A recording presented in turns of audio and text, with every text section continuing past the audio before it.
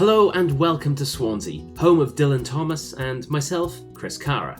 Now, I was walking around Swansea recently and realised that there are loads of locations associated with Dylan Thomas. And while they're readily available to local folk like myself, people from out of town and global Dylan Thomas fans may not have had the opportunity to see and explore these places.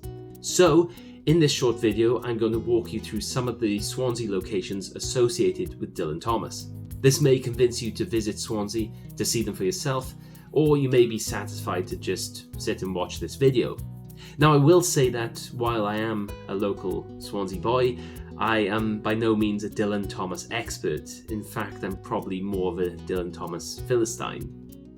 Of course, I know his rough life story, and I enjoy some of his classics like his iconic poem Do Not Go Gentle Into That Good Night and Under Milkwood, the play, and also every festive season I tend to read A Child's Christmas in Wales. Of course, I live in the same city as he did. I used to play as a child in the same park he did. I often drink in the same pub as Dylan. I went to the same school as him, and I also worked in the same newspaper. So I guess there's plenty I shared with Dylan, even though we were several generations apart. So what I'm saying here is I'm going to take you through some of the best known Dylan Thomas locations, but I'm not going to give you any major insight or historical breakthroughs. Anyway, that's the disclaimer out of the way, so let's get started. Now, I filmed this footage earlier today and I'm doing a voiceover for simplicity. I didn't actually realise at the time, but I'm doing this all on the 27th of October, which is Dylan's birthday, and that wasn't intentional, and now it's quite spooky. Anyway, we start near the city centre in Swansea Marina in what's known as Dylan Thomas Square, where the city's old hydraulic pump used to be, and now it's a pretty decent pub called the Pump House.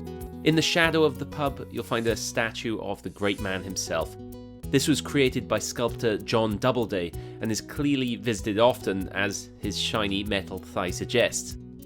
Seconds away from the statue, you'll find the Dylan Thomas Theatre, which is home to Dylan's old company, the Swansea Little Theatre. The theatre was based in Mumbles in the 1930s, when Dylan acted with them as a teenager. Today, they still produce plays, including Dylan's own, and on the external walls you'll find beautiful murals depicting scenes of the poet's life, as well as a little cameo from Dylan himself. A short walk down Gloucester Place you'll see the Queen's Hotel, which is an excellent pub to visit if you're in Swansea, and it was one frequented by Dylan himself. Now, if you turn right and then left towards the Sail Bridge, you'll come across the Dylan Thomas Centre. And this is Swansea's former Guild Hall, but now it houses something to do with Swansea University. I'm not 100% sure what that is. However, inside you'll find the Love the Words exhibit, which is basically a Dylan Thomas exhibit. It tells the story of Dylan's life and work, with plenty of artefacts, memorabilia, and interactive exhibits to get into.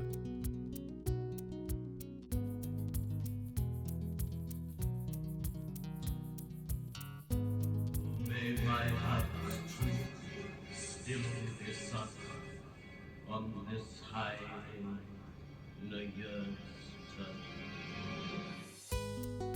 Something that always interests me is that towards the end of the tour you'll find one of Dylan's suits, his death mask, and a rather morbid photo of the poet in his coffin after his death in November 1953. Needless to say, this exhibit is definitely worth a visit if you're a Dylan Thomas fan. After this trip to the marina, we're going to head to the Uplands, but we'll take a quick detour to the city centre. Now, Dylan was famously part of the Kardomah gang, a group of artists, musicians, poets and writers who frequented the Kardomah Cafe back in the 1930s. The original cafe was on Castle Street, located opposite the offices of the South Wales Evening Post newspaper, where the poet worked. It's also where both myself and Mark have worked in the past, as I mentioned earlier. Those offices are obviously long gone now. Unfortunately, the original Kardomah cafe was destroyed in the three-night blitz in February 1941, yet the business found a new location in Portland Street after the war, and it's still there today. I'm not sure if Dylan actually visited this exact location, but if you're in Swansea, the cafe is well worth visiting. It's a city institution with homely food, good coffee, and great service. Oh, and if you have a sweet tooth, they have a classic dessert trolley to tempt you. With its Art Deco fixtures that haven't changed since it first opened, it really is like stepping back into the 1950s.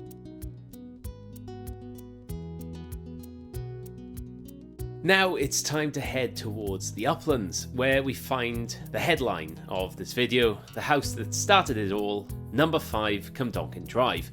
This distinctive semi-detached Edwardian house was where Dylan was born on the 27th of October 1914 in the front bedroom. It's also where he grew up, spending 23 years of his life here. In fact, it's said that half of the poems Dylan ever had published were written here between 1930 and 1934.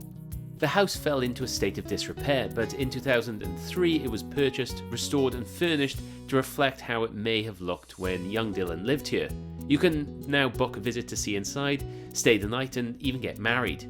As I mentioned, I recorded this video on Dylan's 110th birthday, which means that when I visited, the house was open. They were running a few events that day, so I couldn't film in every room, although I did get to spend some time in Dylan's box room, where his poems were penned. I recommend you go along and have a tour if you have the opportunity. Go to dylan-thomasbirthplace.com for the information. This was actually my second time in the house. I first attended for the opening of the house in 2008. Interesting trivia, it's where I ate my first and my last pickled walnut.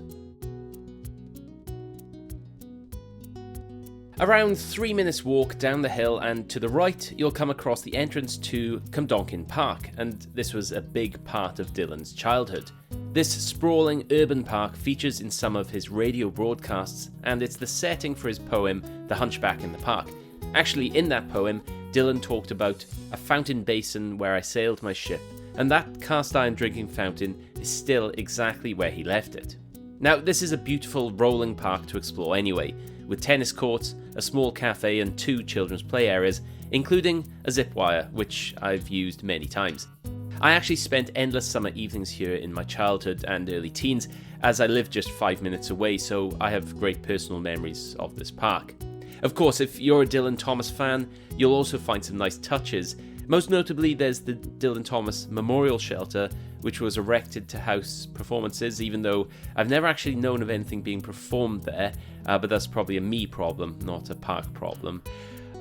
Towards the middle of the park, near the west entrance, you'll find the Memorial Gardens, complete with a mini waterfall and a large rock inlaid with lines from Dylan's poem, Fern Hill. I sang in my chains like the sea. This was added to the park on the 9th of November 1963, 10 years after the poet died in New York. Now, Cwmdonkin Park has links with some other notable people, including Kingsley Amis, Martin Amis and Sally Amis, who lived in a house close to the park's southern entrance. The house is marked with another blue plaque to honour the older of the Amis trio, the Amises, and you can see that as you come out and head towards the Uplands. And this is actually where we're going to finish our tour with a trip to the Uplands Tavern, where Dylan drank his first pint of beer back when it was known as the Uplands Hotel.